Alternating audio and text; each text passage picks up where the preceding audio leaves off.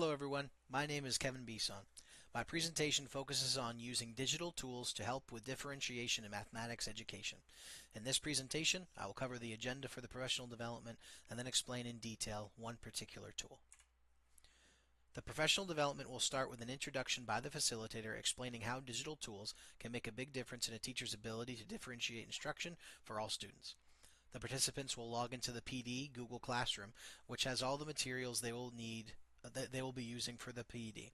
Participants will learn about FigJam, iReady, and take a formative quiz. The last activity of the PD has students learn about Desmos, which is what we will be focusing on today. Desmos is a free program that anybody can sign up for and integrates well into Google Classroom.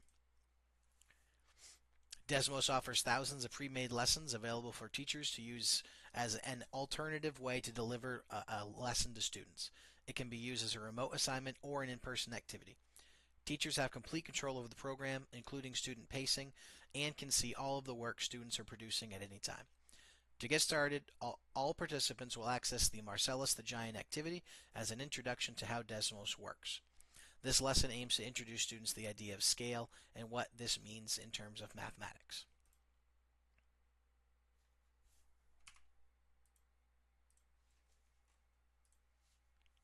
Here you can see what the Desmos activity will look like for this particular lesson.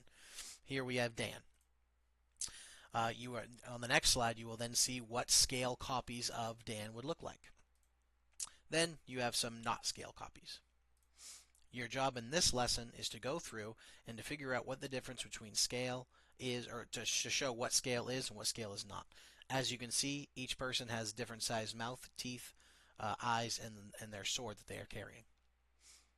Let's say we wanted to make a copy that was 3 times the size. Now we need to adjust the eyes, the size of the mouth, and the size of the sword to match to be to scale. If Marcellus is 3 times as tall as Dan and Dan is 5 centimeters apart, then how wide should the new eyes be? Well, 3 times 5 gives us 15. As you can see, it's a relatively simple lesson, but this is a great introduction to show teachers how Desmos will work for their students. And this goes up and down from kindergarten all the way up to high school level mathematics.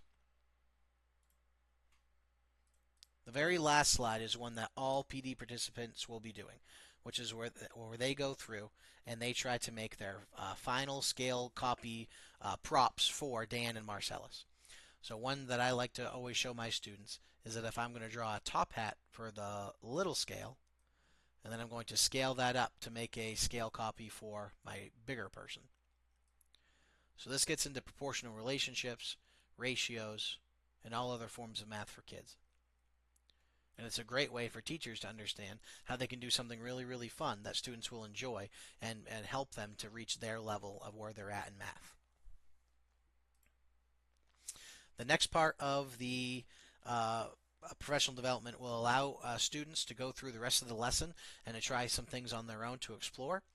After this, the teacher is then going to allow, or the facilitator is then going to allow participants to look through and find other lessons that they might be interested in using.